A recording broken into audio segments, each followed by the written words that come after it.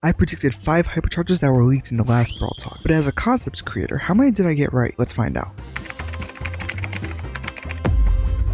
So normally for Bo, you would think he'll just have 4 mines, or everything will blow up at once. But then why has it taken so long for Bo to get a hypercharge? I think it's going to be something a little more complex, since although he used to be trophy road, he's now an epic. I'm thinking Supercell will incorporate something such as all of the mines blow up once one blows up. However, what I'm thinking, rather what I want, is that when he shoots his arrow, it leaves a trail of mines. Now it would be the same amount of mines, like 3 or 4. The closer he shoots it, the closer they'll be together in between him and the control area, or they'll be spread out more between him and where he shoots it towards the enemy. This is not busted by any means because he's doing it between those 2 points. It gives him a little more control. This helps him with supercharge, opening the map, stuff like that. So Bo's hypercharge, I was partially right. I knew there would be more mines, I just didn't know how. And like I said, if it was just adding 1 mine, adding 2 mines, Bo wouldn't have waited this long for a hypercharge. Instead, they made the hypercharge mines separate from the usual mines.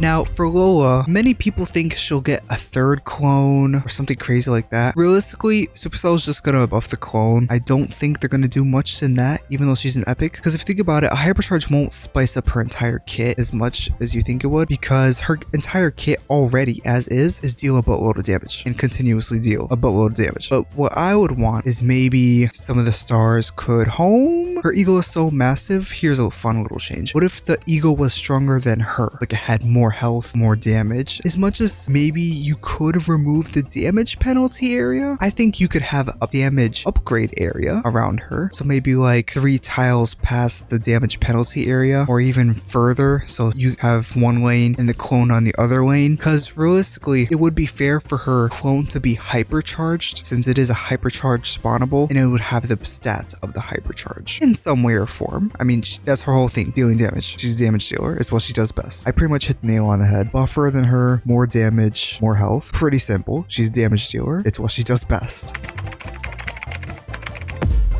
Mr. P, I really don't have many ideas. I think Supercell would just buff it, just like with Penny, Jessie. They're all spawnables, so it's probably going to be the same situation. Only difference being that Mr. P's porters can move, so they'll be able to chase you down. What I'm thinking in terms of buffs, the Hypercharge will give, since he's already gotten buffs for the porters with speed, is that they're going to get the Hypercharge stat buffs. And it's not going to be added to the pet gear, because that would be busted. It's going to be multiplied by it, and multiplied in a way that's not, you know what I mean? Where are my mathematicians out here? Mr. P, I also was pretty accurate because yes, the porters have the hypercharge stats pretty much added to them, but what I didn't get was that they're gonna make 2 be able to spawn, or 2 be active at the same time. Chester is a wild one. He is unironically the Joker card of hypercharges, because some people say, oh, it'll be mixed and matched. It'll just be stronger supers. It'll be double supers. And I'm here to say, I have no idea. Now, realistically, I can see Supercell either doing the better supers, so like the slow one is bigger, the Jawbreaker does more damage, maybe do the mixed supers, because the Hypercharge will either do one of 2 things: make him Jack of all trades, Master of all, or Jack of all trades, Jack of all hypercharges. Whichever one they do, they gotta be careful, because they can easily make Chester busted, and I know they don't want that. Realistically, they're just gonna buff his supers, maybe mix and match it. Mix and match it would be cool. I'm predicting an inside prediction, 3 supers, since his supers usually recharge half a super per hit. All right, Chester, first of all, they cooked. I can't believe they actually included multiple supers. I know they didn't include the health one, which makes sense. Also the Jawbreaker, because how they include those 2, right? But including the big 3, or at least in this synergy, is amazing. As a Chester main, literally, we rocking with this one. And also, they made it how the supers go one after another, not all at once, which is a very smart change. Otherwise, it would have made Chester busted. But I think with this, and if it takes about 3 supers, balanced, maybe even a little more good than balanced. But hey, I'm cool with that because it benefits me. Now for Meg, I would actually like when she does her swipe to just shoot rockets, like 2, 3 rockets out. She's gotta be a Decepticon. She's in the mecha, so she's gotta cause some mecha mayhem. The rockets could be either shoot out blatantly, like Brock's, or they could literally shoot in the air, kind of like Brock's super, where if he auto aims it, it goes to the location where it auto aims on the enemy. But it could be like maybe 5 random locations, or wherever it's auto aimed for rockets each position. And the swipe could go through walls, maybe as well, because the rockets wouldn't break walls. Realistically, that's how hypercharges would work with second forms. Whereas the super, realistically, that's the only thing hypercharges should and likely will buff, in my opinion. Or in terms of a special super. So like RT, he'll get a special super when he splits, but not when he returns to his normal form. Alright, Meg, nope, get out of here. Bad. Literally bigger, better, stronger. That's the whole problem with a lot of these hypercharges, which I went over in that one hypercharge video. Bigger, better, stronger. Bigger swipe, more damage. What's interesting is that I included a hypercharge for when she gets into her main form. She gets some shield. I didn't expect this, but it is such a small change, it makes sense. It makes me wonder, what are they going to do with Bonnie, RT? Are they just going to add shield? Or are they going to do something mechanically different for each one? Because shield is already an overused mechanic. Watch out for that video, by the way. But just adding shield onto each brawler hypercharge when they get back to their normal form, why would you even use the hypercharge? I'm hoping they don't use shield for everyone, because at that point they might as well not add the shield at all.